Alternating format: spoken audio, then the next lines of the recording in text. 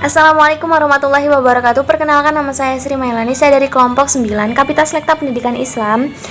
Kami di sini akan mempresentasikan hasil kerja kami, yaitu makalah yang berjudul Pengaruh Globalisasi Terhadap Pendidikan Islam. Untuk poin pertama, saya akan menjabarkan tentang pengertian dari pendidikan Islam. Pendidikan Islam merupakan sebuah proses pembentukan karakter yang berdasarkan ajaran Islam yang merupakan wahyu yang diturunkan Allah Subhanahu wa taala kepada Nabi Muhammad SAW melalui sebuah proses di mana individu dibentuk untuk mencapai derajatnya hingga manusia dapat menunaikan tugasnya sebagai seorang khalifah di muka bumi, yang setelah itu dapat mencapai kebahagiaan dunia dan akhirat. Hasan Al-Ulum menyatakan pendapatnya bahwa pendidikan Islam sebagai proses untuk mempersiapkan generasi muda dalam mengisi peranan, transfer pengetahuan dan nilai-nilai yang diselaraskan dengan fungsi manusia untuk beramal atau menanam kebaikan di dunia dan menuai hasilnya di akhirat. Selanjutnya, kita akan membahas tentang globalisasi. Pengertian dari globalisasi adalah proses integrasi internasional yang terjadi akibat pertukaran pandangan dunia, produk, dan pemikiran aspek-aspek kebudayaan lainnya. Semakin berkembangnya ilmu pengetahuan dan teknologi sehingga sistem informasi dan komunikasi semakin mudah dan semakin beragam, maka semakin terasa pula dampak dari perkembangan globalisasi. Anthony Giddens menyebutkan globalisasi sebagai time space distinction atau dunia tanpa batas ruang dan waktu.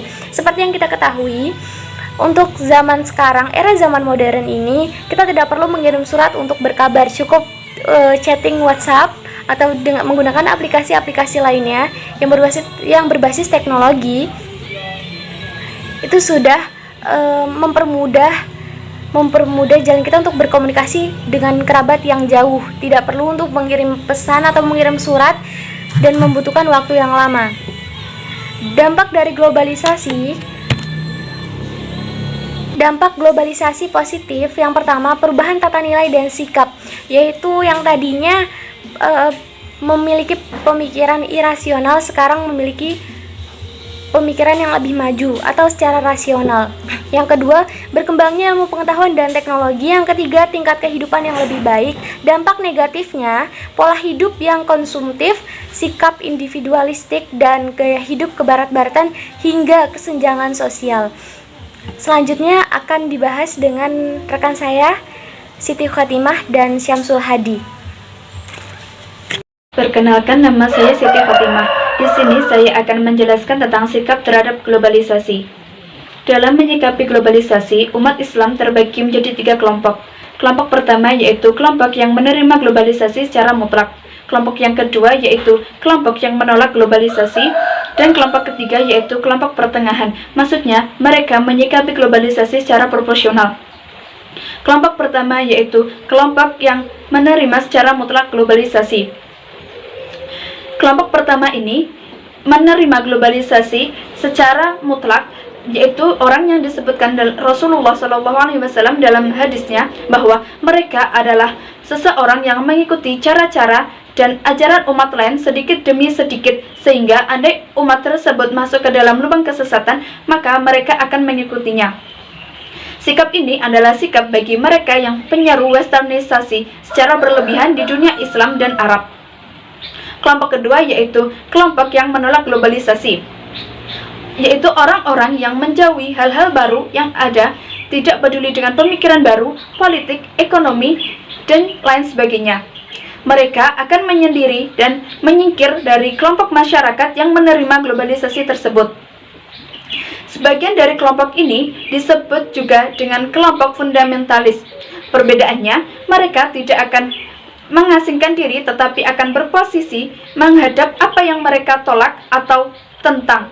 Mereka mengatakan bahwa globalisasi akan merusak kebudayaan Islam yang telah mereka pertahankan sejak bertahun-tahun lamanya. Kelompok ketiga yaitu kelompok yang menyikapi globalisasi secara proporsional.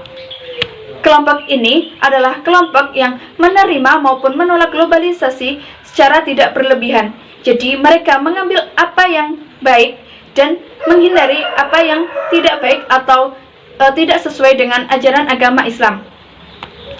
Nah, dari ketiga sikap kelompok tersebut, sikap yang paling baik adalah sikap kelompok yang ketiga, yaitu menyikapi globalisasi secara proporsional.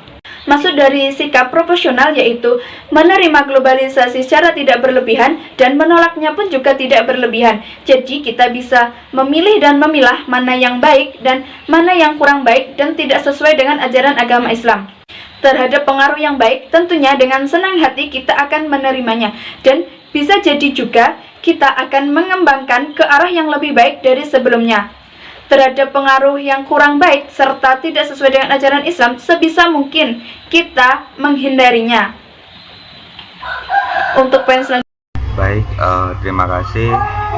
Di sini saya akan mencoba meneruskan presentasi mengenai peran pendidikan dalam menghadapi globalisasi. Pendidikan merupakan suatu senjata utama mengenai dunia sekarang, dan pendidikan itu menjadi sebuah tolak ukur dari peradaban manusia itu sendiri. Bicara pendidikan sekarang memang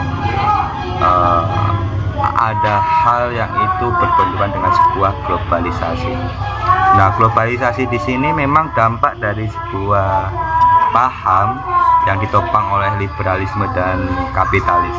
Nah, maka dari itu peran pendidik selaku nantinya sebagai penerus pendidikan yang ada di skala nasional, maka dari itu peran pendidik ini harus jelas secara nyata bagaimana landasan kurikulum ini secara jelas dan nyata bisa menjaga dan bisa mengikuti perkembangan zaman. Yang kedua, amunisi. Nah, baik itu aspek kognitif, psikomotorik dan afektif dalam segi pendidikan itu harus berlangsung. Kritis evaluatif itu juga harus ada dalam sebuah gagasan-gagasan di sini. Nah, kompetisi holistik dan kompetisi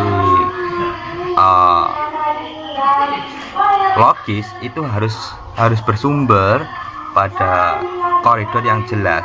Nah, dengan ini kompetisi tersebut diharapkan lembaga-lembaga pendidikan mampu menghasilkan generasi pembangunan yang berwawancara jauh ke depan, sehingga pembangunan tidak hanya dalam arti fisik dan materi, tapi pembangunan yang terus berlanjut yang mampu membawa pendidikan yang lebih baik dan mampu bersaing dalam dunia pendidikan. Nah, ini mungkin dari saya sekian. Selamat sore, selamat pagi kawan-kawan.